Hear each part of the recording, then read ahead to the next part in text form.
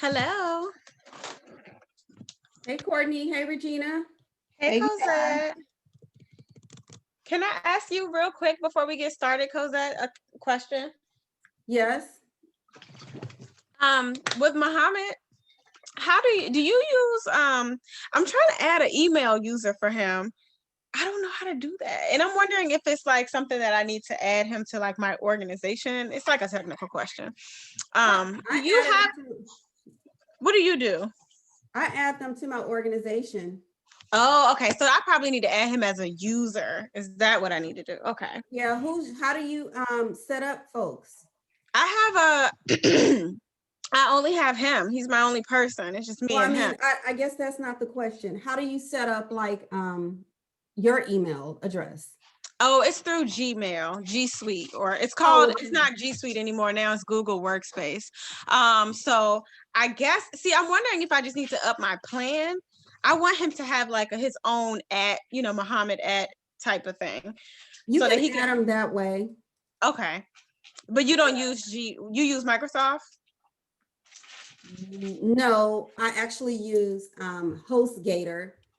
Oh, I don't know what that is. I can go in and add. That's my website host. I guess that's what you call them. But anyway, I can do it through there. So okay. That's how I guess I can take myself off. That's how I do it. Can you guys see me? Oh wait. Yep, I can see you. Wait, I need to.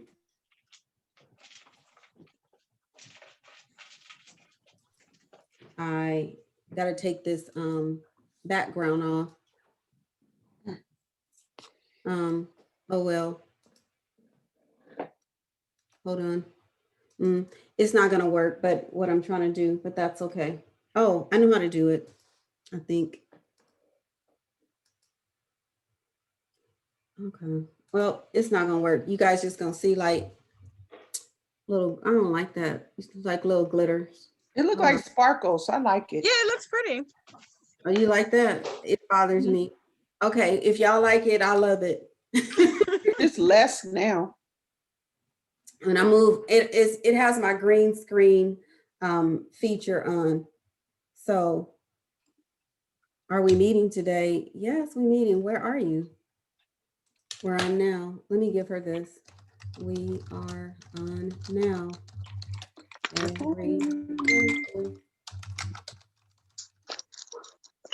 Color, copy link.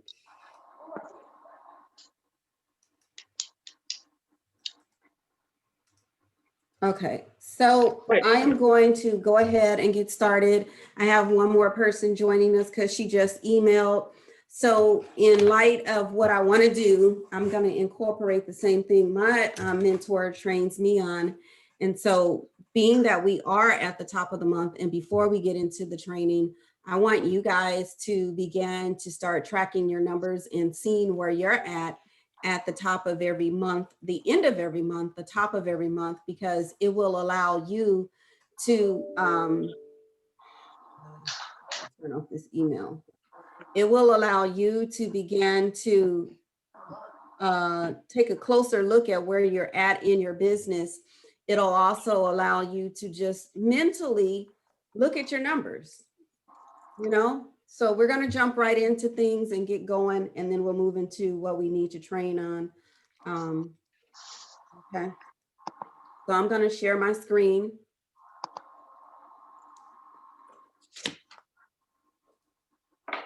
All right. So we're going to start off kind of getting a gauge of where you all ended the month of January. So hopefully I want you guys to take some notes because there's going to be some quiet time, some downtime as you guys think through all of this when we go through our numbers.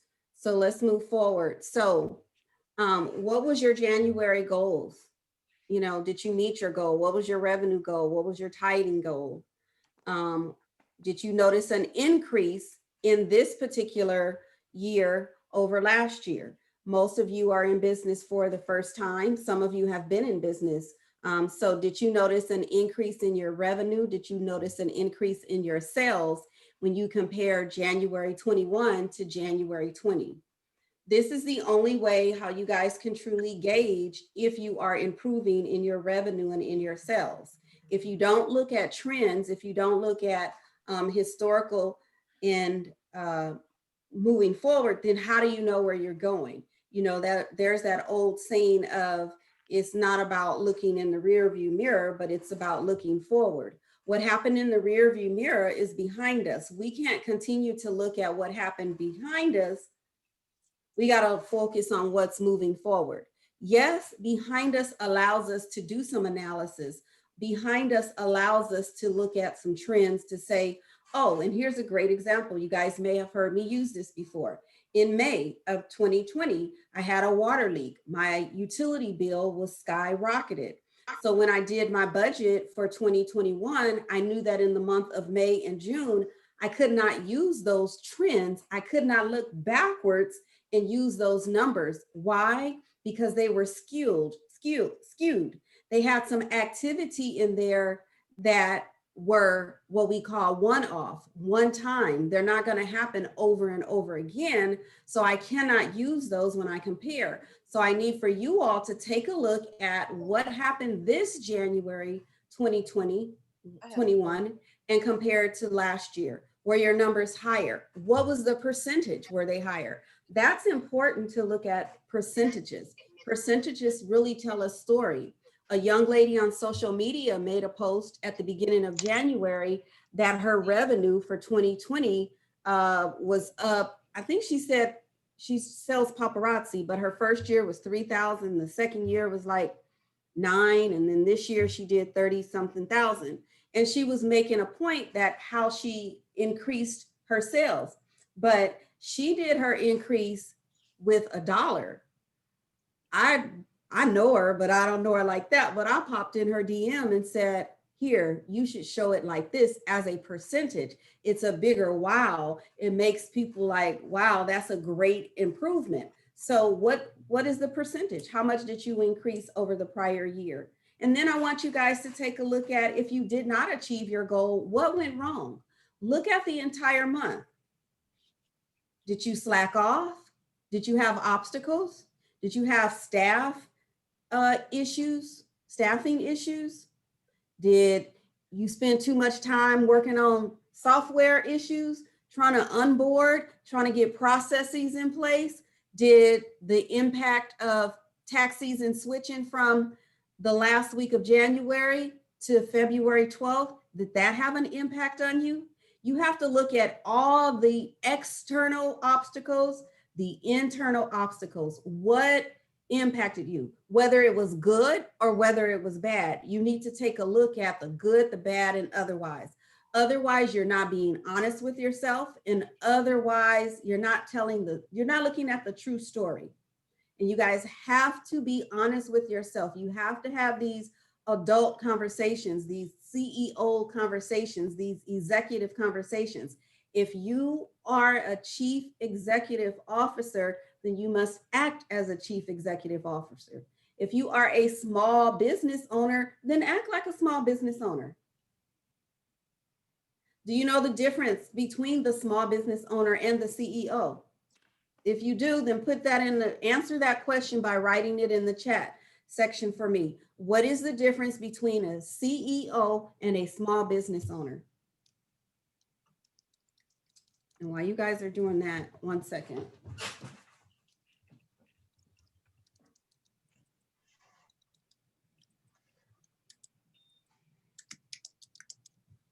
Okay, so are there any questions? Are there any comments in there? Let me see what's in the chat. The CEO delegates and the SBO does the footwork himself. Small business owner simply owns the business while the CEO makes the executive decisions. Exactly. So both of those are true in themselves. Yes. So I need for you all to be the CEO and make the executive decisions.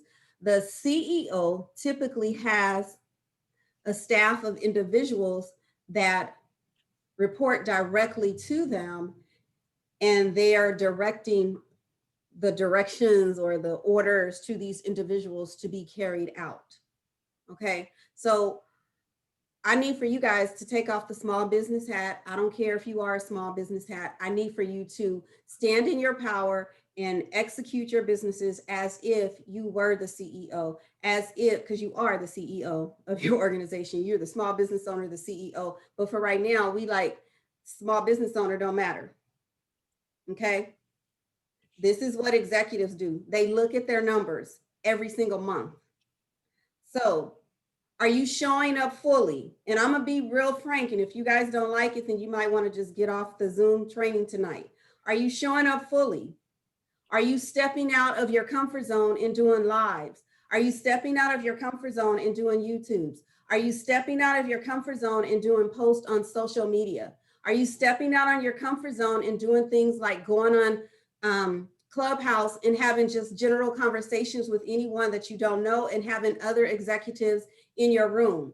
Are you stepping out and being who you want to be? If you said you want to grow your organization, if you said that you want to grow your business, because that's what this program is, I thought, then you guys need to fully show up, not half-ass, but all the time. Right?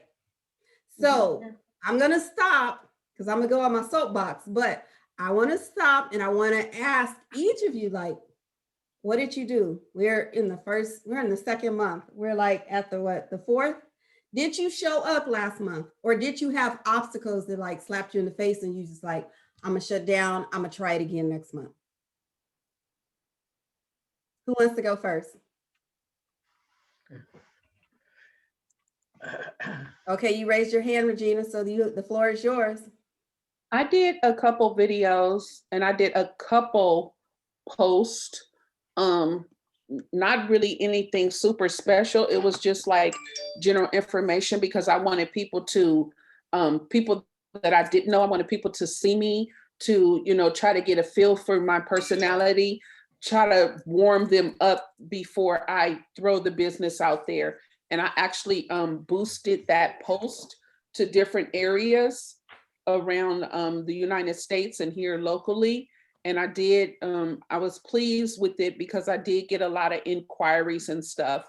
And, just casually in the video, like we do, where are you watching from? Tell me where you're watching from. And so a lot of people were real receptive to that. So I made sure that everybody that stated where they were watching from or what time they were watching a replay or what have you, that I responded to that person to, have an interaction with them. So I was pleased with that. So can I ask you a question? Do I have your permission to ask you a question? What was the purpose of boosting the post? Because I need people to see me. I need the people to know what I do, other than the people that are on my page normally. So I need to get the business out there in front of other people. So when you did your boost, did you do it to specific, Yeah. did you do it within the US? Did you do Yeah, it I to did it. specific regions? Did you do it to I did two specific age different group? boosts. I did two different boosts. I did two different boosts. I did the first one 25 to 40, I think, 25 to 40. And I did it on the East Coast. I did like Atlanta, South Carolina, Alabama, those tri-states right there. And then the second one I did I think 30 to 55, and I did it locally. I did it within 15 miles of where I live. So it went pretty far.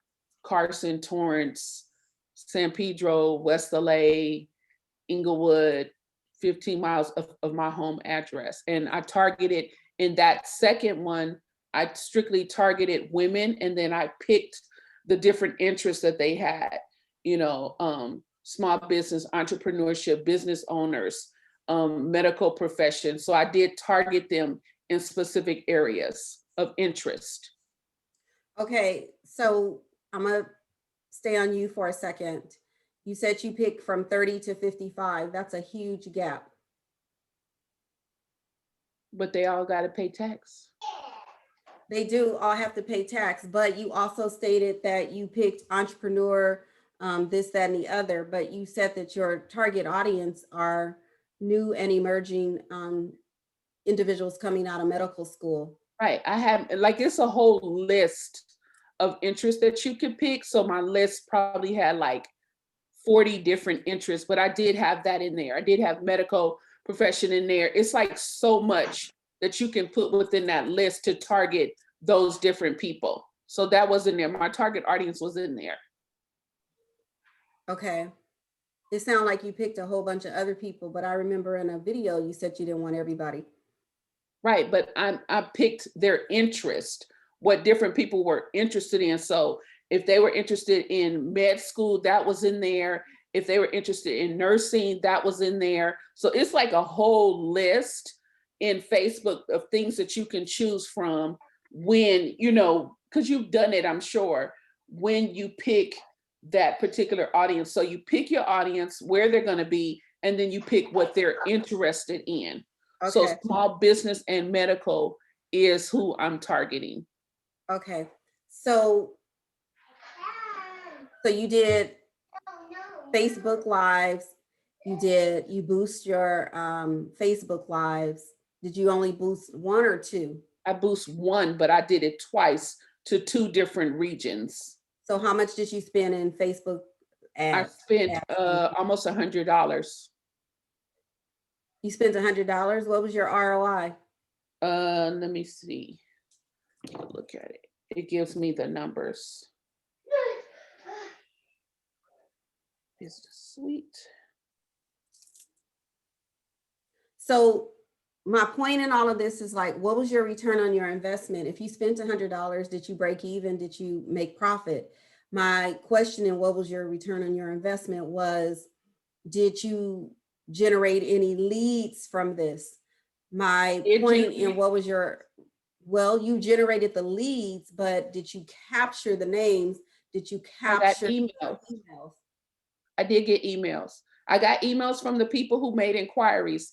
People inquired to the inbox. Like I have an automated message there. After that automated message there, I personally went in to that e-box and just say it was Courtney.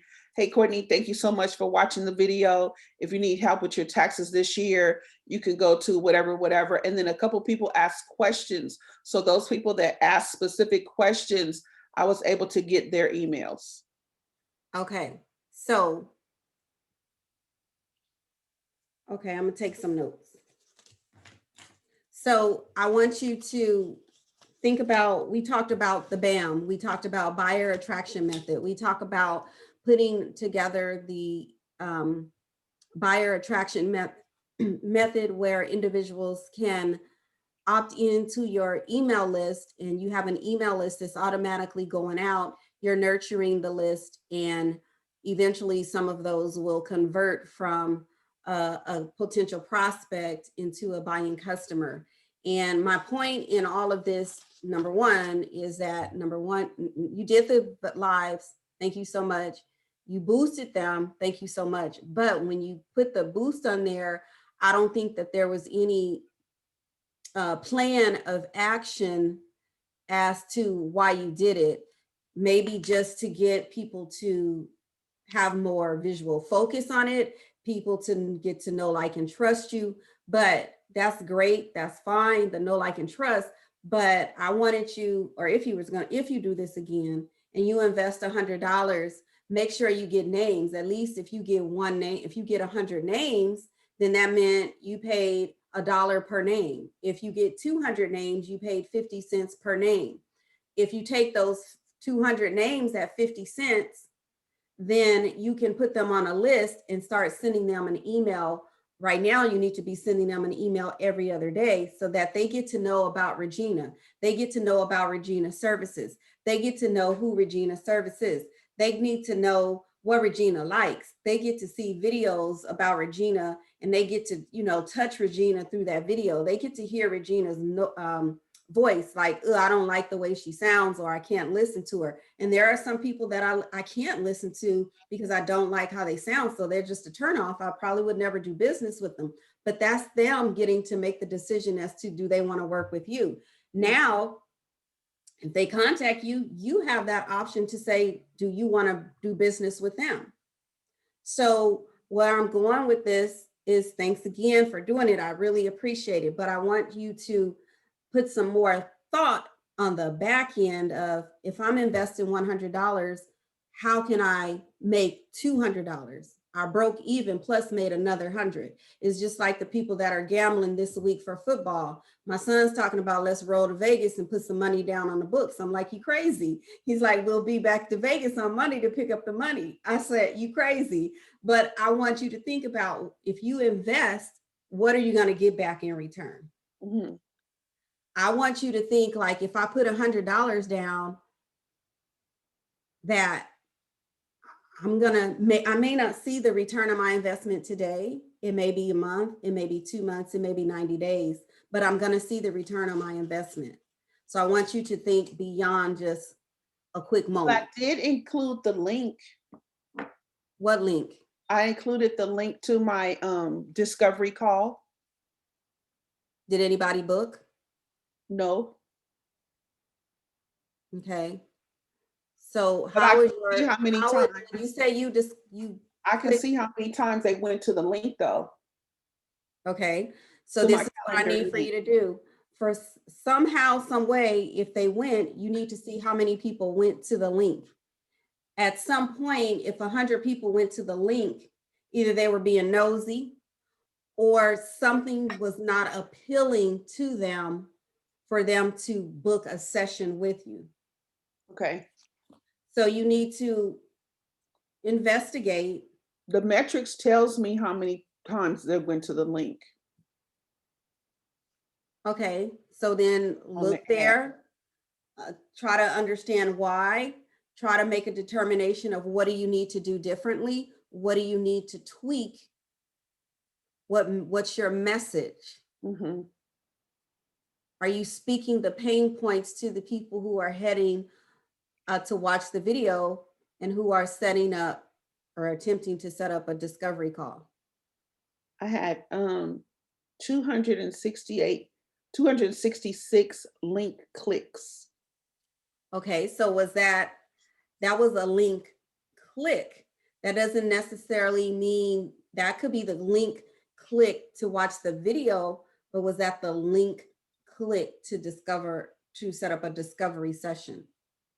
And then I don't know what other clicks is in the metrics, the post insights. It says other clicks, 74 other clicks. So I don't know what other clicks is. So what you need to do is to somehow do some research as to, what does other signify? What does that tell you. That way you'll know, are they clicking from another source? Are they clicking on their cell phone, their laptop, their desktop?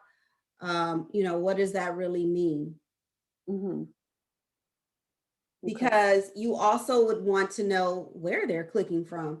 Is everybody going here to the cell phone? If they're going to their cell phone, you may want to think it out a little different. Like if you're in, because I hate all the clicking from my cell phone, although I do, but you have to think like, how can they download?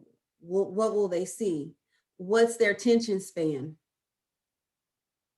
All of those things you need to think about. Okay. Okay, if they're sitting at a desktop, we'll be here forever.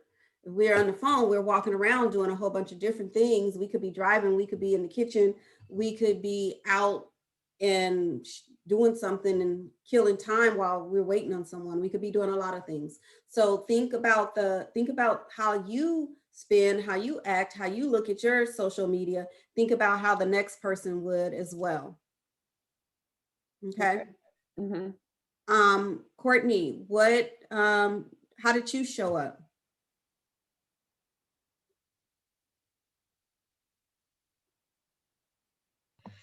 It took me a while to find the mute button. Okay. Okay, so things are actually going better. I will not exaggerate and say that I'm killing it. But I noticed a difference. So this January, I had a revenue goal of 3,500, and I did not quite meet 3,500. I landed at about $2,000.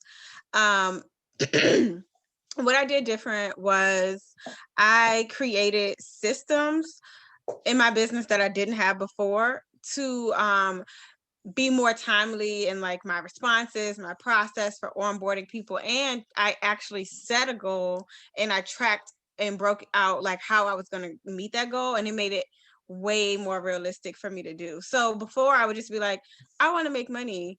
And I didn't really know like what I was going to sell, how I was going to do it. So this time I broke it out by like which packages I need, how much it's going to be from tax, how much is coming from bookkeeping, that kind of thing.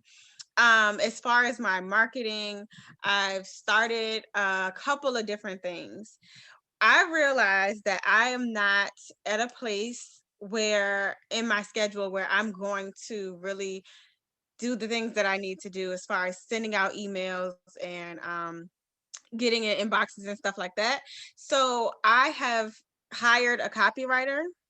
I know that this is very early stage in my business money wise, but I went ahead and I hired a copywriter who can do the copy for my website, make it more inviting, make it more exciting, use certain keywords to draw in the type of traffic that I'm looking for, to speak more specifically to the clients I'm looking for, and also to help me build and manage and nurture a list, because I have all these emails, but I don't send them to people. I don't send them anything.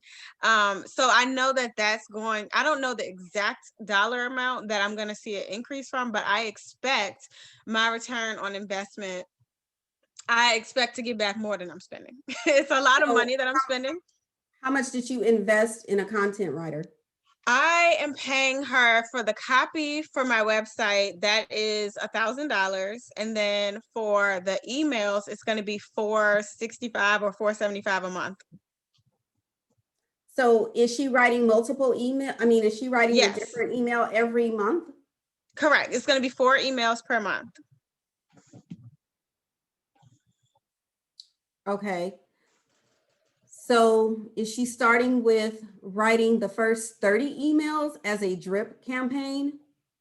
Yeah, so there's a whole sequence. Yeah, there's a whole welcome sequence. When someone first comes to my website, there's going to be like the first hey, thank you for visiting my website type of thing. And then there's another email that they'll get the next day. And then there's another one that they'll get maybe a couple of days later. And then the last one they'll get is kind of like my offer. It's like, okay, you got to know me now. You know what I do. You know what I offer. Now here's something that I'm trying to sell you. So there's like a whole strategy, and I have these ideas in my head where I could technically do this stuff myself, but the execution, it just isn't happening. Like I'm never going to do it. Okay, so I do have to ask you a question. In the midst of all of these emails going out, these auto drip email sequence, Mm-hmm. And if you're working with a content writer, then he, she, and you should know. Hopefully it's not just sell, sell, sell, sell, sell. No. Because that would be a She turnoff. Right. She suggested like the first email when someone first comes to my page, I have this like what do we call it? The buyer attraction method. So I Bam. have that, the BAM. They sign up, they give me their email. And the first one is like, hey girl, here's your freebie that I promised you type of email. And then the next one would be like, hey, since you're here, wanted to also just, tell you a little bit about me. Here's what I do. And then maybe the third email is a little bit about like my success stories. Like, here's the people I've helped. Here's what I've been able to do for them. And then that fourth email, now we've gotten to know each other. Hey, are you ready to get on a call with me? That kind of an email. Okay. Um, Are these and going then out daily or every other day? like every other day, we got to give it a little bit of space, because I already expressed to her like I'm on email lists for people who I really like their content, but it's just too much and I've unsubscribed.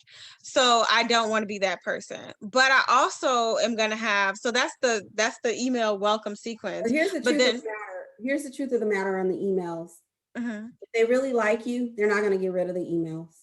If they are tired of you and they were just nosy from the beginning, then they will unsubscribe from your email list. But if they Which is really like fine. I don't want them there anyway. yeah, If but they're if they not gonna really buy. right, those will self eliminate themselves. But if Mhm. they really like you and they really want the material that they opted in to get, then they're going to stick with you. And sometimes it takes 6, 7, 8 emails before someone makes some type of Mhm. attempt, some action.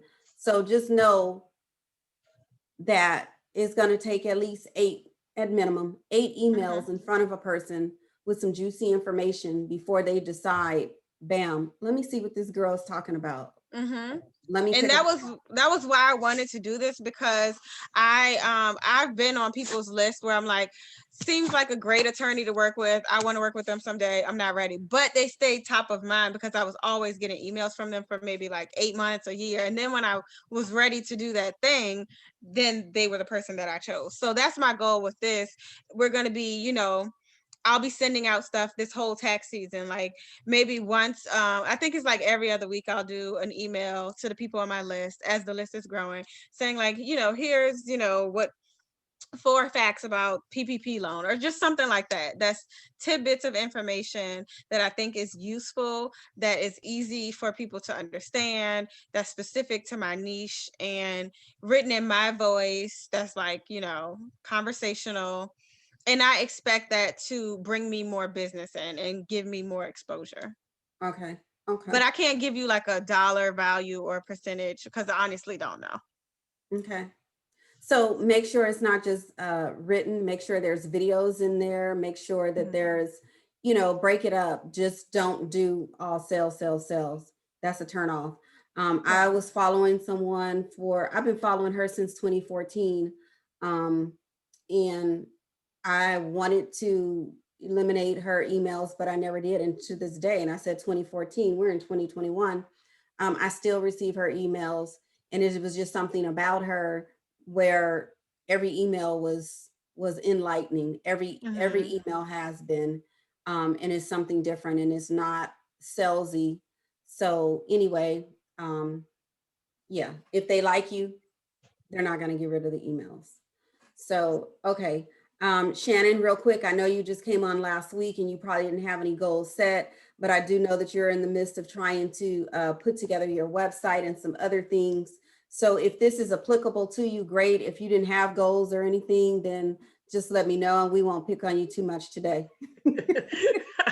I appreciate it. Yeah, I do a few different types of business. So revenue from 2020 went down because I do have a tutoring business as well. So tutoring went way down with the COVID. But as far as taxes and whatnot goes, I'm still trying to get my software set up. It is UTax.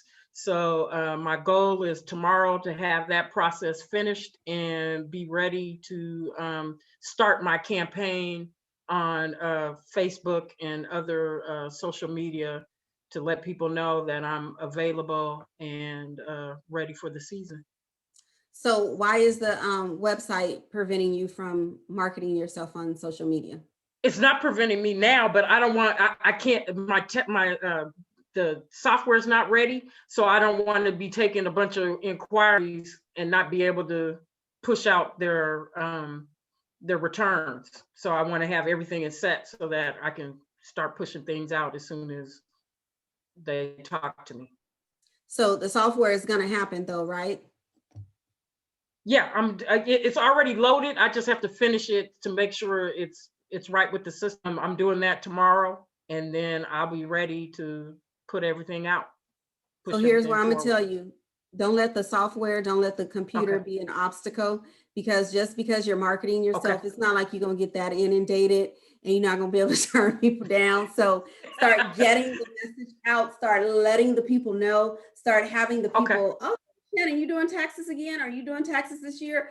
Get the message out. You want to get the message out, because there are so many of us that are out there doing the same thing. And so if they see, you know, Regina doing this video and she done boosted it, and Courtney doing this video, Michaela, did I say that right? Michaela doing a video, and then you sitting in the cut like waiting, like, let me wait till I get this stuff done. Guess what? They done made a mental decision, like, I'm gonna call her when I'm ready. Got you. And people already done shopped around the whole month of January trying to figure out who they going to. So don't wait. Okay. All right. Got you. Yes. Don't let the obstacles pull you back. Got you. All right, Michaela. So a little bit of combination with Courtney and Shannon. I've definitely started writing out the processes. I haven't done any videos. I have started to send out some emails as far as to the current clients, similar to what you did with the must read and open, to kind of get them going. And I've kind of been asking for referrals, and I kind of been procrastinating a little bit with getting those lives. I don't know what it is about going live. I just kind of, I think it's more so like not knowing what to say. And I know you need to have it kind of written out, but I tend to be kind of long drawn out, and I don't want to lose anybody. So yeah, I can definitely understand what you're saying about the stop with the salesy stuff, because it's coming. I can see now why it can kind of come off of that, especially when they don't really see you and they haven't heard from you from a while when it comes to the older clients. But for gaining new people, yeah, that PPP stuff is kind of where I've been pushing it, because that's where the income has really been coming in from lately, and it's coming in. I partnered with a young lady, and we already have over 200 leads alone just with PPP. But the goal of that is to try to convert them into tax clients, because some of them, they're going to need 2020 tax, taxes done, or some of them, they may have did it through TurboTax. And, at that point I say, well, you don't need to go through TurboTax. This is not the year to do it. So I have started getting some content out. I have someone, not a copywriter, but someone who's going to kind of help me. Because what I have a lot of systems and a lot of processes, and some of them I don't even use. So I'm pretty much just trying to figure out what's going to work for me in 2020. And the only reason why I haven't gotten out so much is because I'm still trying to focus on the due diligence and some of these with these new tax credits and getting those forms put on there. And right now I'm using TaxSlayer, and they have an app called Taxes to Go. So that's something I'm gonna push for the virtual clients. Like, hey, no need to, come in. You pretty much can just, from the comfort of your own home, from your phone, you can go to this app, and pretty much at that point, when I get their documents, I'm going to schedule their appointment, and then excuse me. And then I'm going to, at that point, try to offer something, like something outside of taxes. And I haven't quite yet put my finger on it, but I'm thinking, as I was listening to Courtney, that additional, like you said, those CFO services that so many people need. Okay. So it's kind of all over the place, to be honest. What I'm going to say to all of you is, let's not get stuck in the thinking mode. Let's just do. Yeah. And don't try to be perfect, because we are all analytical individuals on the Zoom today. And I was going to say, are we recording? Yes. We are all analytical individuals. And when we think too much, we get stuck because we overthink, and we can think ourselves out of doing nothing. So just do it. When you think about the going live, just do it. Seriously, like this morning, I didn't even, going live was not on the brain. I walked in here and I kept seeing engagement letter pop up on my email. That's because my team was resending out the engagement letters. And just like that, I was like, let me do a live on engagement letters. I came in here, popped up StreamYard, typed in the 6 things I wanted to talk about. I didn't even practice. I didn't do anything. I just went live on why you need the engagement letter, et cetera, et cetera. If I would have thought about it, it would have been 1 o'clock. I still would have been like, what am I going to do? I just went live and I just did it. And I'm saying this to me because I mean, I've been doing it and I know it comes easier, but I just did it. Yesterday or 2 days ago, I was on Fox. I have to give them the questions what I want to talk about, and I did, but I didn't practice or anything. And you know why I didn't practice? Probably because I practice with you guys every week. But you know, and seriously, I talked about, I talked about, what did I talk about? I talked about 7202, the tax law. I talked about us being late, talked about recovery, rebate credit, talked about why you want to file your taxes early and on time, and e-file. I mean, I talk about it every day. So when you all began to start talking on social media, these lives and what's not on a daily basis, you just gonna take the same thing and tweak it. I don't talk to you guys about Form 7202. I don't talk about rebate recovery. I don't talked about the engagement letter. I talked about it all. So I'm gonna slice it and dice it, and I'm gonna go live on social media and talk about it. I gotta go live tomorrow. I was like, what am I gonna talk about? I'm gonna talk about the same thing I talked about today on my live, but I'm gonna talk about it to those group of people tomorrow on their live, and I'm gonna perfect what I missed today probably on their live. So all you guys just told me something about yourself. So you guys could go live and talk about that. What prevents us from moving forward? Procrastination. Tell your story. Then turn that story into somebody else's story. I'm sure there's someone out there who's contemplating about putting all their tax documents together. They don't want to. Here's some of the things that I recommend that you grab and put together really quickly before you come see me. Make sure you have your ID. Make sure you have all your 1099s. Make sure you have your W-2s. Make sure you have your dependents information. Make sure if you had a child last year, you've already put in the information for their social security numbers, because I cannot do a return without social security number. If you have dependents, make sure you bring sufficient backup. You guys know what they need to bring in the office, things that you hate, things that you have to constantly repeat and tell people over and over and over again. Just go live. Guess what? All that you practice on, because you practice right here about telling me what you did or didn't do, how you didn't show up fully, just take that live and just talk about it. Then tomorrow or 2 days later or 3 days later, when you feel a little bit more courage, go back live. So the other day we talked about not being in your showing up fully, and talk about something else. Showing up fully means showing up to your tax appointment. Do it. Just do it. Don't try to be perfect. Don't try to do anything. When I got up this morning, I took my shower, I threw on a little bit of foundation and slapped the hair back, and came in here, threw on some earrings, came in here, said, let me throw on a shirt, no sweat, no sweatshirt. And I just did it. Okay, so enough said. Make sure you do your self-care. Make sure you're drinking. Make sure you're eating. I had a bowl right here today. It was full of fruit. I had Zoom sessions, 3 Zoom sessions before this. I was eating while I was on Zoom. I had one was a consultation. She wanted to know how to set her QuickBooks up. The other one was a year-end call where I went through my client's end of year financial statements, letting her know where she ended and how she ended. She came on as a bookkeeping client in October, so we finally got everything together. And then another call was a personal call, but I was still on Zoom going over some personal things. Guess what? I recorded all of those Zooms. Guess what? At the beginning of those Zooms, I asked everybody, do you mind if I record this? I'm going to use this as part of my YouTube when I put them together.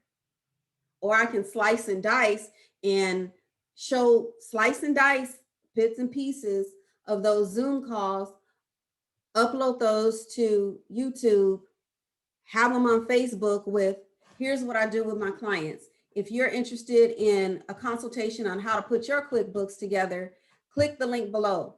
Paid consultations. This was a paid consultation. I work with my clients in this capacity. Show a video of me going through the year-end process. Pick some clips from there. I can slice and dice that. That's a couple of different posts that I can do throughout the month of February. Client love, you know, one of them I talked about how I bought 12 bags between July and the end of the year. Like I threw away money, but you know, show some personality, but it's still all about money. What could I have done with buying 12 bags? I'm not going nowhere. It's COVID, but I done bought 12 handbags. So just do it, you guys. Slice and dice, play around with it. Short-term sacrifice. I'm really honest with you guys. If you put in the work right now, it's going to pay off. I get up early, I go to bed late. I'm not kidding you guys. I get up early, I go to bed late. But it's worth the sacrifice. So if you guys plan to, you know, meet your goals, do more than you want, have a very successful year, do something a little different this year, second month in the year. Just do something a little different, please. All right. Thank you. I have a question. What adjustments do you need to make? You know?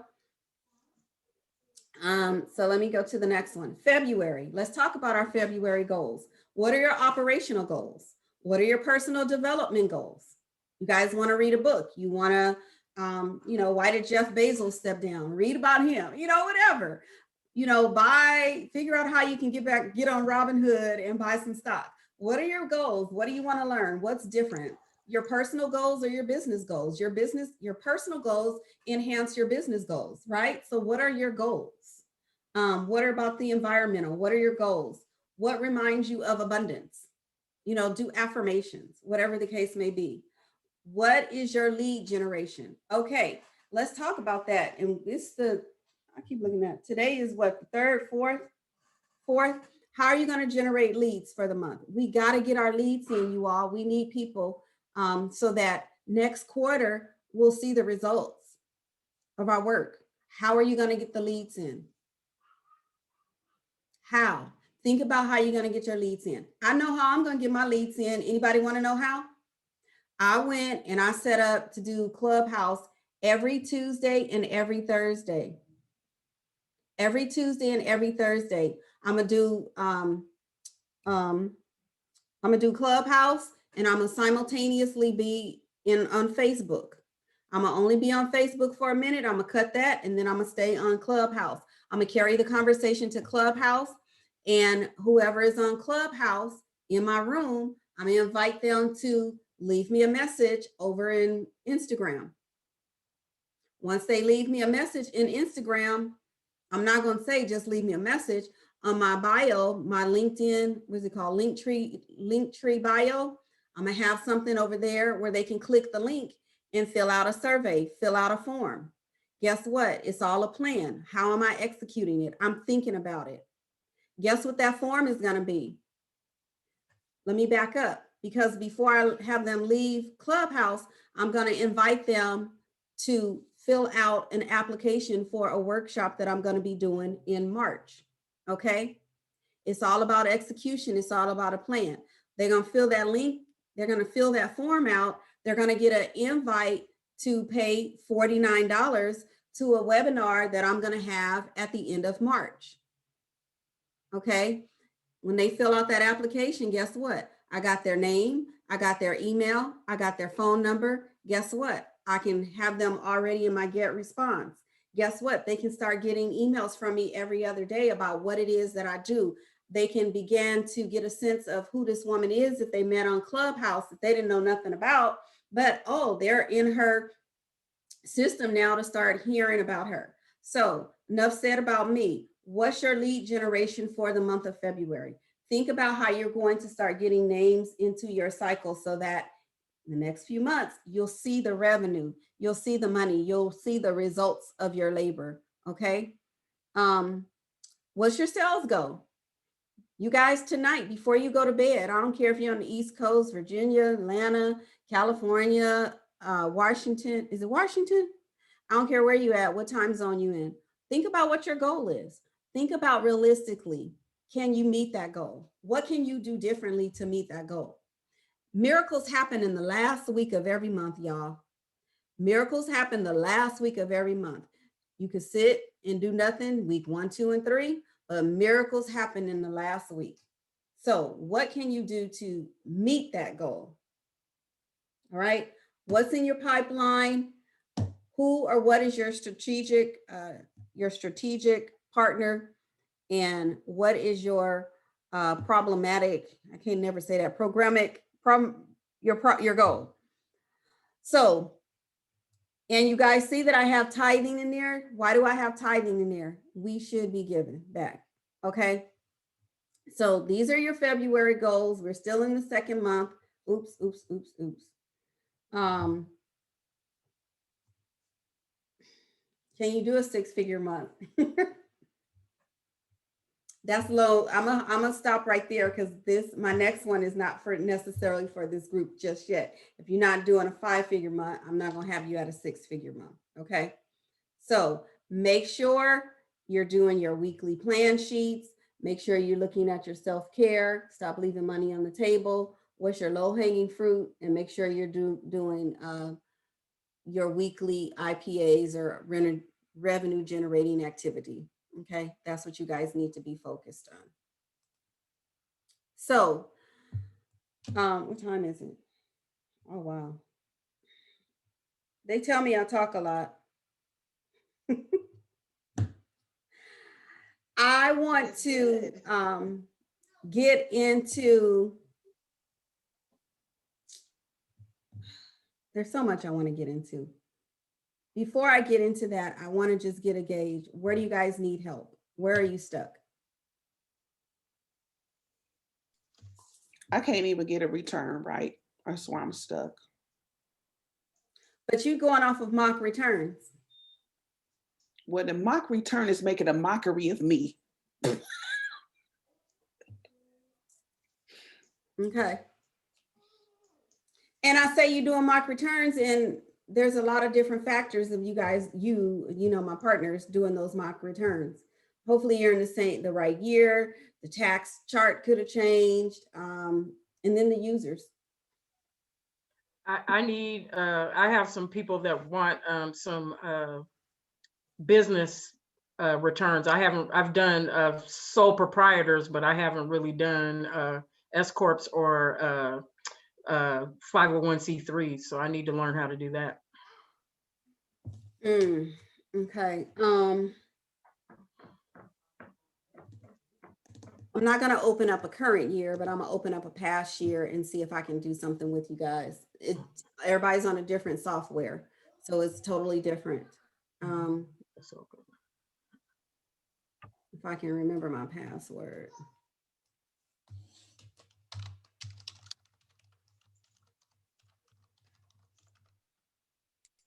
And the programmer, he did fix mine, so I don't have to go from that email to get in it anymore. I can straight go to the software. Joe? And so he fixed it. Talking about Joe? Yeah. Okay, good. Okay, good. I'm gonna do some ones I don't really care because I'm just being transparent right now. He's not my client. He never paid. Well, he did pay, but he didn't want to send his return off. Otherwise, I wouldn't show his information. It don't matter.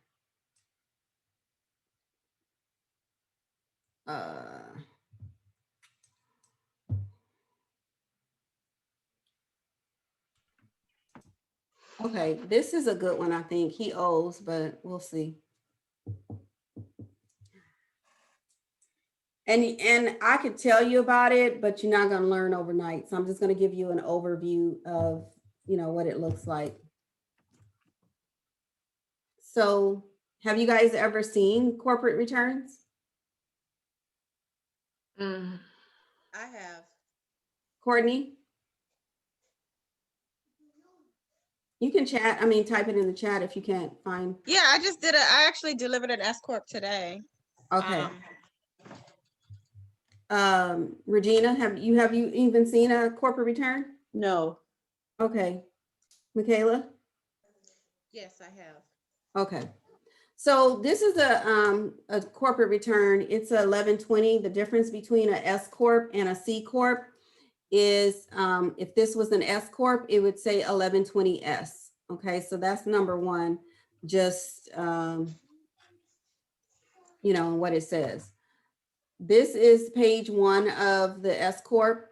And pretty much, you guys, you know how we always say, make sure you have a profit and loss statement. If you have a profit and loss statement, you're going to be able to put a lot of this into the tax return based on the information that they give you. A profit and loss statement comes with everything. I'm out of QuickBooks, but a profit and loss statement is going to list every different category, including the income. So this particular person right here, that was their gross receipts for the year. Then we're just going to come. I mean, it's really, really, really simple. But you do need to know how, I'm talking Ebonics now. You need to know how to reconcile. You need to know how to read a balance sheet, and you do need to know really a little bit more information on some of the questions that come about here. So if I come here to line number 26, well, let me just say this. If he gave me a P&L, I'm gonna come here and I'm gonna pop rent in here. I'm gonna pop the taxes in here. I'm gonna pop, some of the expenses in here, but the bulk of everything goes right here on line number 26, schedule 26. As you can see, this person didn't have much of anything, so I just popped in what he had. Most of this, you see the total is 143.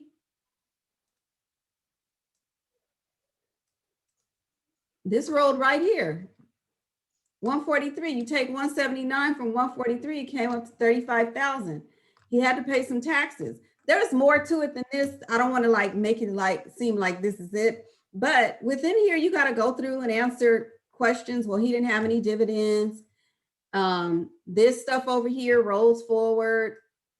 He didn't have any officers, but you got to answer some questions, go through a whole bunch of yes or no's, go through all these yes or no's. Now this was his balance sheet. He didn't have no balance sheet. So I couldn't do no balance sheet on him. But I had to leave him alone because we got into an argument, and that's why I showed his return. Because we got into an argument because he didn't want to give me certain things. So I'm like, I cannot send this in without a balance sheet. And so I was about to ask about that. I thought you were saying like you just didn't do it.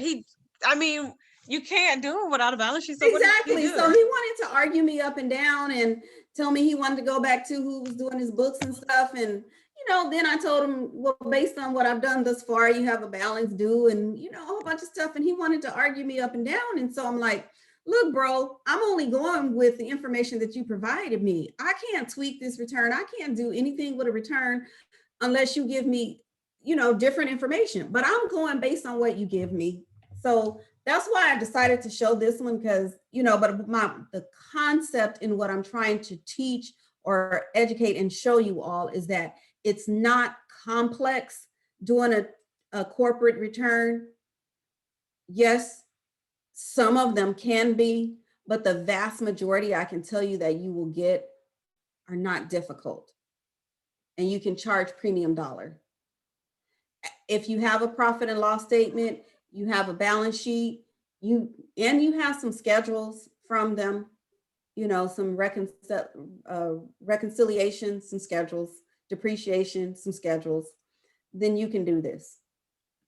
Well, what You if gotta they put- didn't have it? What if they were a new 503, 501(c), and they just didn't have anything? Like they come to you and tell you, I've had this nonprofit for 2 years, but I've never done anything on it. But now I need to file taxes because I'm So trying you to know get what? If that's the whatever. case, and I'm you guys know me, I'm very transparent. You charge them premium dollar, and you do a $9.90 in, and that's it. A 990 in, what is it? I'm going to show you. Okay. And I'm gonna even show you even from another standpoint. Let's just be real.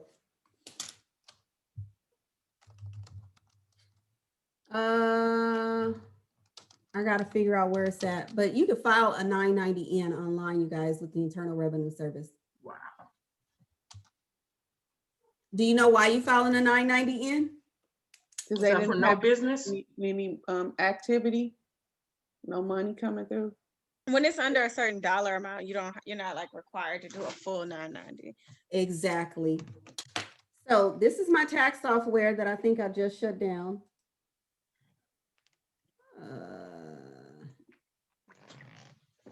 Okay, this is a 990 in the software. This is all it is. Oh, wow. Okay. I am not lying. You see what this say right here? E postcard. You see what's right here? I had to put no money in. I had to do nothing. I had to put no money in. I had to do nothing. How much would you charge somebody for this, for the particular 990 in? I think I charged him, one About second. 1,000. $9.99. I think I charged him $8.95. See? Yeah. And he had 3 years. The benefit of that is that if they don't file this, they can lose their Exactly, their status. Oh, their okay. status, and the benefit is that you're filing this for them for that peace of mind. Okay. So That's right. That's how you clear it, Michelle. Yeah. I have a question about the 1120S really quick. So when you get down to that, So wait, here you go right here. They don't know what they don't know. And I'm not trying to say highway robbery or rip off or anything. Don't get me wrong. Okay, but they don't know how to do it. There's no every paper single one of form. y'all just asked me about a 990 in. What if they don't have no records and they've been in business for 2 years? Truth be told, they don't need none because they ain't making no money. But they need to file this 990 in order to stay in business. So you charge them $995. You come here and do this form right here online.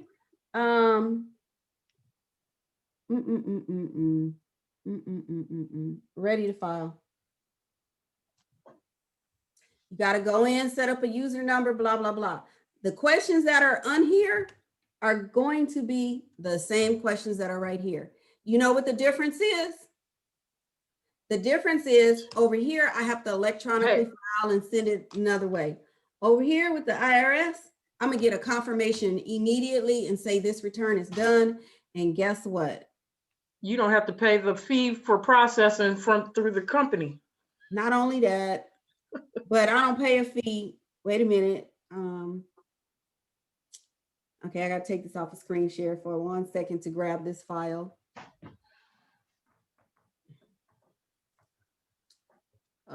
Y'all gonna see what I'm talking about.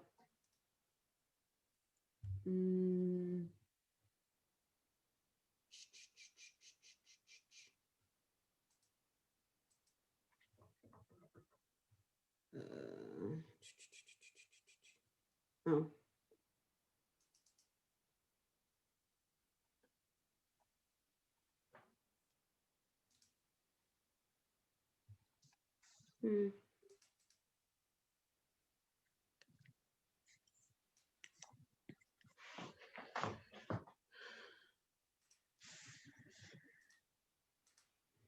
Okay, this was it. This was the result of doing it online.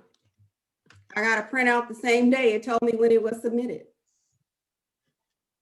And do you give that to the client, or what do you give them? Yeah, I did a file save as, and I saved it as a PDF. Oh, They could go online if they choose to and check. But this girl here, I think I only charged her $4.95, but believe me, $8.95 will be, the price. And like Michelle said, it's peace of mind. They don't lose their status. Mm-hmm. So y'all make your own chips. So they need to do, if they didn't do any business every year, they need to do that every year. They need to file this. And if they're in California, you need to go to the franchise tax board and you need to do a 199N. And you do the same process online. You do the same thing, print it out. You $8.95, Regina. So whoever called you, you call them back and say, but you do have them fill out. Don't get me wrong. Do not get me wrong. They still fill out all the paperwork, the client tax organizer, everything, so that you have some backup to support that they gave you the information. The main thing is if they're under 50K, they didn't have no revenue, you really don't need no backup, but you still have them complete the client tax organizer because you have to go based on the information that they shared with you. Okay. You file the 990N, just like we just did. You file the 199N for California. You don't got $8.95. You save this, put it with the organizer, you done. Did you get that? Yeah, look, sound like I need to be promoting that. Are you a nonprofit? Wait a minute. You haven't filed and you haven't made any money? Oh, I sound like Lucy over here. So wait a minute. There are certain, hear me loud and clear. Think about the people who specialize in 501c3s. It's dark in here. Yeah, I thought you turned off your lights or something. I was just sitting in the dark. I'm trying to save on the bill. No, I'm just What's kidding. going on? Think about the people who specialize in 501c3s. Wow. Think about this, because not only do they specialize in it, they probably set them up and then they turn around and do this. So for anybody who doesn't have a niche, I just gave y'all.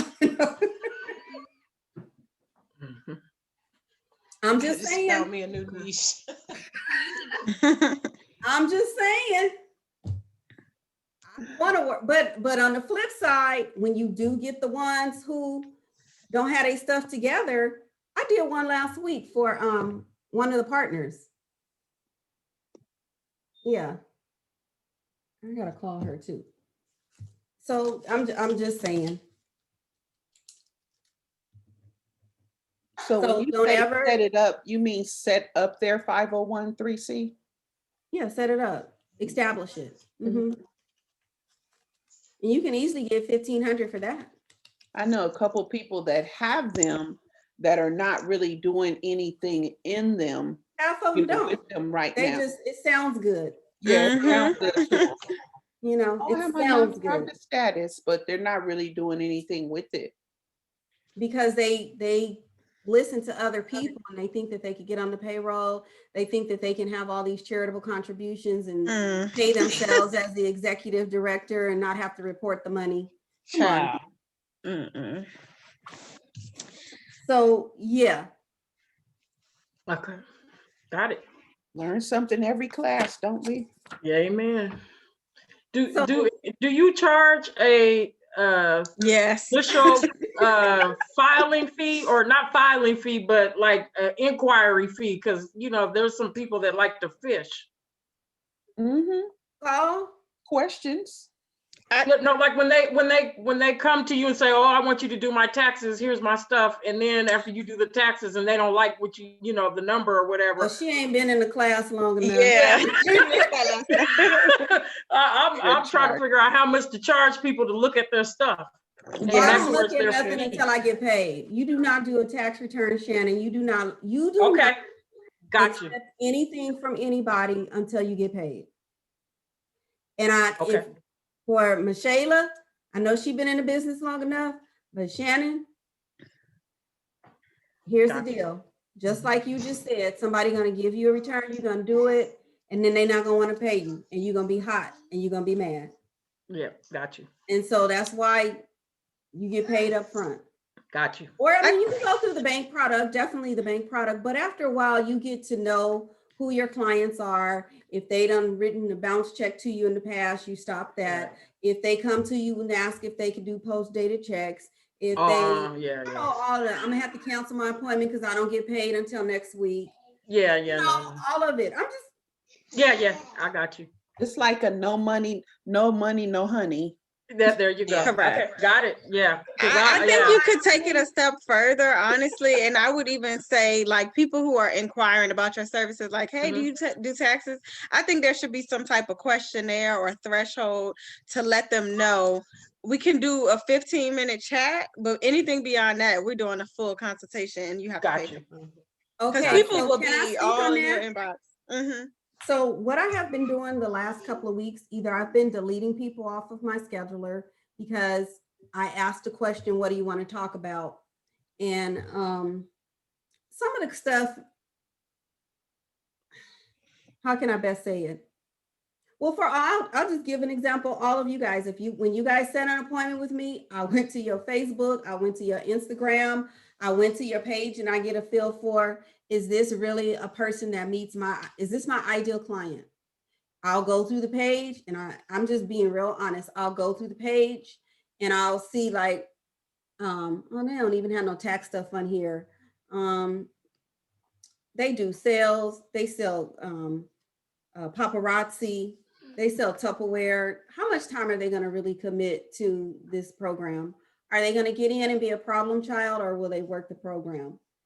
And I may delete them. Now, on the flip side with taxes, I can pretty much tell, like, oh, I have a question on earned income tax credit, or just something that's not, you know, that's probably the TV station. That's probably someone I don't really want to deal with because they're probably trying to pimp me for questions. Bottom line, pimp me for questions. So here's what I do. Oh, I'm gonna get a good one. A guy set up appointment up. He set it up over the weekend for Monday. And this past weekend, I was just in here doing nothing. So when I saw it, I picked up the phone and I said, hey, I just saw that you scheduled an appointment with me for Monday. I wanted to make sure that everything was okay because I forgot what it said, but I knew that it wasn't. And he's like, yeah, I found you on YouTube and I got a question because I didn't get my stimulus check and I wanted to know how I can get my stimulus check. So you should have saw like my energy just dropped like. So then I said, so how do you think I can help you? And he said, well, I was watching your YouTube video. So what about the people who didn't get their stimulus check? And I said, well, there's a form that you can complete to get your rebate from the IRS. And I said, well, what source of income do you have coming in? He said, I'm disabled.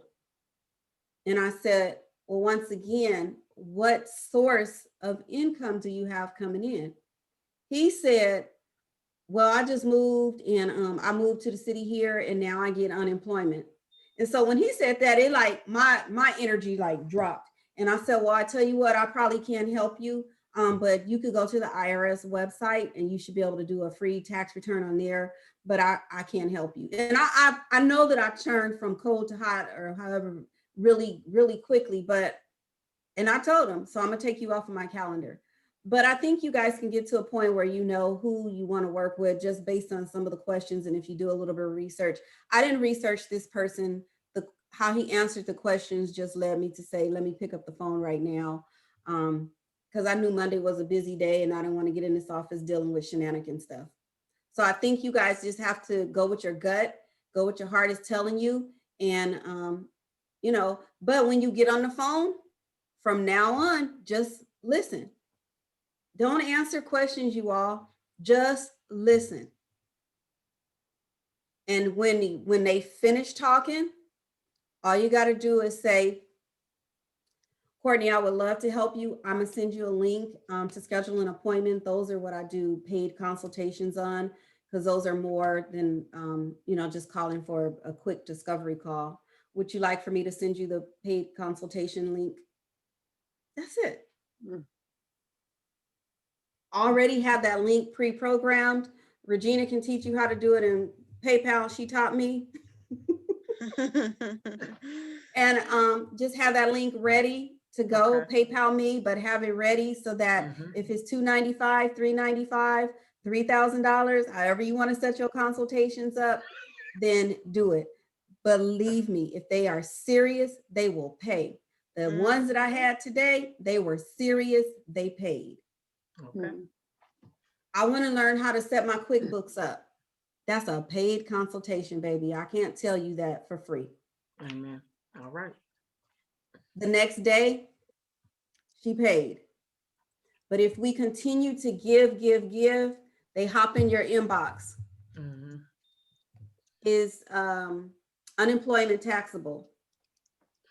I'll be holding my tongue because I want to type, please go to www.googl.com. But I don't. I'll answer it, but then they come back with another one. So is that considered earned income? I didn't answer the lady. I never answered that lady, but I went purposely and did a Facebook Live. And in my Facebook Live, I dropped that nugget. I said, and by the way, some of you are wondering about unemployment. Yes, it's taxable income, and that's considered unearned income.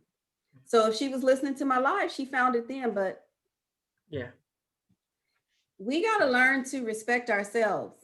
Mm-hmm. One of my siblings used to call me all the time, and she hasn't this tax season, but she calls me all the time about her coworkers. My coworker has a question.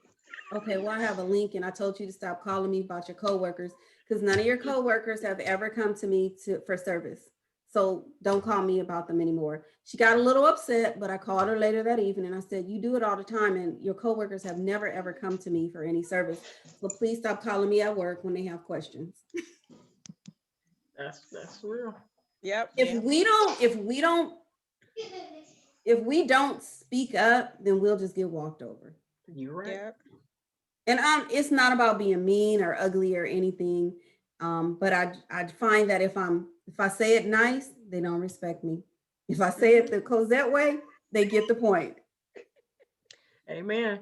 I just scheduled a consultation with my sister because she was asking me some questions about her business. And I was like, answering the first couple of ones, she had more and more. I said, it sounds like we need to do a actual paid consultation. I do have a fee for that.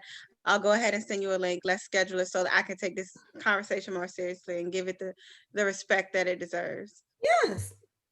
Yes. And she was like, okay, she paid today. Thank you. So I'm telling you, like, even with family members, they call me. Some of them I'll say, we going there. Or some of them I'll say, look, you do realize this is a business. But you guys, please, please, please. I've been in this game too long. Shannon know me from college, so Shannon know I'm straight. Don't let people walk over you. You got to just say it nice so that they get the point and they respect you. There's a time for being silly and being the girl from the hood, and there's a time to be in the business. I'm serious. So, Amen. I got you. Anything else? Nope. That solves the problem because I was trying to figure out what to put on my website. Now I know how to answer But what that was question. you gonna put on your website though? About well, I was just going to charge like a fee to go towards their taxes, but now it's just like, no, you're gonna pay the tax fee, and then anything on top of that you're gonna owe. But no, you're just gonna pay what I'm charging. Who was that recently that asked me something like that? Shannon, I had mine set up like that, and I changed it last night. I had that consultation fee. I had a little verbiage in there that said whatever the price was, that it would go towards your fees. I took that out and I raised it $25. Yeah, I'm just gonna say. Think about this, you all. If we have a ear infection, or we think we have an ear infection, or we have a splinter in our nail, in our finger, and it's bothering us, and we've tried to get it out, but we can't get it out, and maybe we don't have insurance, or maybe we don't want to pay that copay to our primary care physician's office. Are we going to call and say, do you think the doctor can pull this splinter out of my finger and for free? Are we going to be able to call an attorney and say, I'm going through a divorce, can you file the initial paperwork and then I'll pay you later? Yeah. Why are we going to allow them to come to us with stuff that we should not tolerate? Again, that goes back to what I said. CEO, business owner. CEO, business owner. Put your CEO hat on and conduct business accordingly. When you see it coming, run. Y'all know me. I'm gonna let y'all listen to something. Y'all know me. And y'all tell me what y'all should do.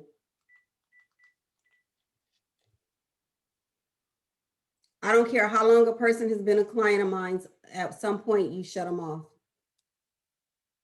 And shutting a person off can be by silence. I'm probably not gonna be able to find it though. Anyway, I'm not gonna even try to find it. My business hours are from Monday through Friday, 9 a.m. to 6 p.m. Why would somebody call me after 10 o'clock and leave a 3-minute voicemail message about stuff? And you know what the message said? Please call me back on my cell phone. No, please text me on my cell phone and leave your prices. What do? I ignored it. I haven't called the lady back or anything. First, you called at 10:08. And you had already called and I told you my office hours and I told you that I work from home. I don't unplug this phone at night. I don't, but. And then you come with, you called me, but I couldn't understand your message. So can you text me? No. And then on top of that, you said, I went to a tax service and they wanted to charge me $500 to do my business return. I'm not going to pay that much. So when she said that too, it was like, I ain't calling her back. $500 for a business return? That's like very low. I was like, I ain't calling her back. Now she was a client back in like 2007, 8, 9, 10, you know, when my prices was low, and here she come again. No. So for bank products, be sure to get credit cards or ACH information, ACH authorization form, because sometimes the refund can become an offset and you won't get the tax. Yeah. Gotcha. And the other thing about that as well, if any of you are using Santa Barbara Taxpayer Group, they have a new program now where they will continue to collect any outstanding debt that we've been unable to collect from the client. Now, they implemented that last year, pre-COVID or right during that time frame, but the client that I had, they owed me $800 and theirs was due to an innocent spouse and some back child support or something like, no, student loans. But remember, Trump passed the law, or government passed the law to release any refunds that were being held as a result of student loans or back child support. So the government automatically released their money and then they released mine. But this year, there will be some instances where, you know, people won't have enough money on their refund check to cover your fees. Mm-hmm. But Ms. Shayla, who are you using? Last year I used Santa Barbara and EPS. This year I'm using Refund Advantage. Okay, 1 second. You guys should write this number down.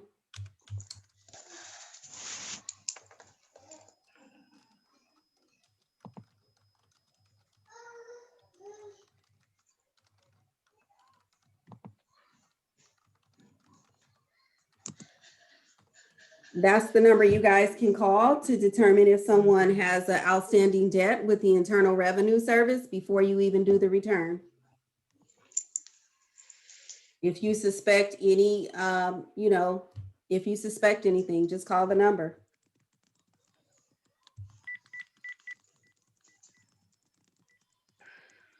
I have a question. What do you do about a client who asks, what's my AGI from last year? Because what that signals to me is that they're either going to a new preparer or either trying TurboTax. Whether you'll receive an economic impact payment, we'll want updated information about how to receive an economic impact. So this number is talking about economic payment as well. So had them call that number. So not necessarily. Okay. AGI could mean maybe they're applying for a loan. It could be a whole bunch of different things why someone would call for an AGI.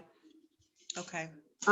They could be doing some of these economic, they could, it could be a whole bunch of reasons why someone calls for their AGI. But if you gave them their tax form, if you gave them a copy of their tax return, then just say, look online, whatever, your last year's tax return. That's all. I have a couple. Now, if you've already given them a copy, do you charge for an additional copy? You sure do. You charge $60 and up for duplicates, and you tell them in a client engagement letter that if they lose their tax return, then there's a $60 fee. And they sign that engagement letter and give it back to you, and it's in your file. Courtney. My question was, okay, so the S Corp that I did, the client was asking before our meeting today, she was asking, oh, can you let me know how much I'm gonna owe so that I can, put my mind at ease. And I was telling her, you don't pay taxes at the S Corp level. And I was like, well, I mean, should I calculate how much her personal tax is going to be impacted? Should I just kind of run that through on a 1040 real quick, just to kind of see with the information I have, how much, using this K1 from the S Corp, how much? And then I was like, well, that's like me doing the whole return. Is that a service that people offer? Yeah, because there's other factors that go into that. And that's what I ended up saying, without having all of the information, I really don't want to tell you what's going to change. But what I do know is you have $80,000 more of net income than you had last year. So I'm thinking you're going to owe more. Yeah. You'll see that. You'll feel that impact. But unless I actually do your return, I really don't want to throw a number out there. And she was fine with that. And so now I'm going to do her personal return too. I would I would say something like that. I would love to provide that information, but I don't have enough information to give you accurate information, and I would hate to mislead you. And also, I don't think it was a part of our engagement, but we can make that a part of our engagement. Okay, I just wanted to know if I was on the right track with that. Okay, cool. I can't remember what my other question is.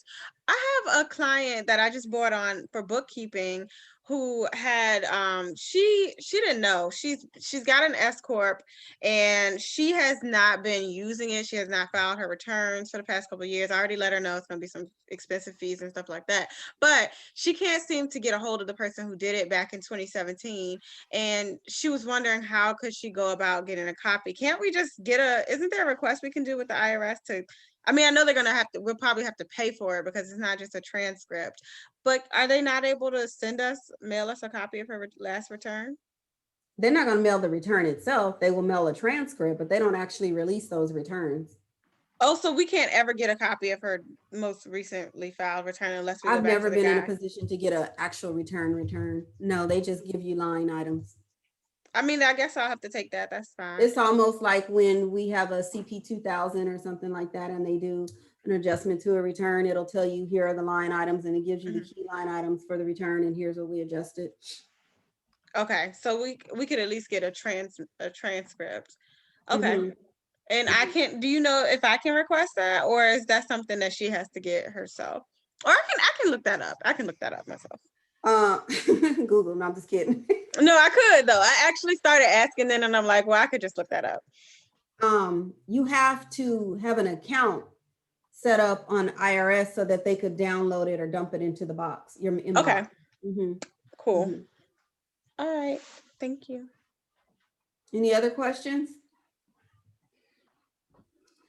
All right. Well, that's it. You guys have a good week. Stay on track. Make sure that you are positioning yourself with great messaging. Next week and a week from now, the gates will be open for us to transmit. So just make sure you guys got everything in that office tight. You got it right. And so on and so forth. Yep. Okay. Shannon, before we hang up, let's talk about when we're going to meet. Are you at home tomorrow or no? I'm always at home. I'm home every day. I just teach in the morning from 9 to 3, but I do have the day free until 12:30. And you said Friday is not good? Friday, I have a meeting. The one Friday they set a meeting is from 9 to like 10, but I can meet before that or I can meet after that.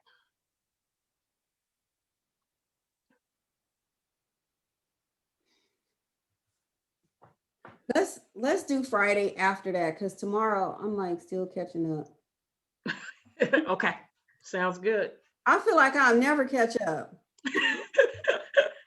I was feeling that way last week, but this week things are falling into place finally. So I don't know. When I went to bed last night and I forced myself to go to bed like at 10, I just felt like I still didn't have everything in here done.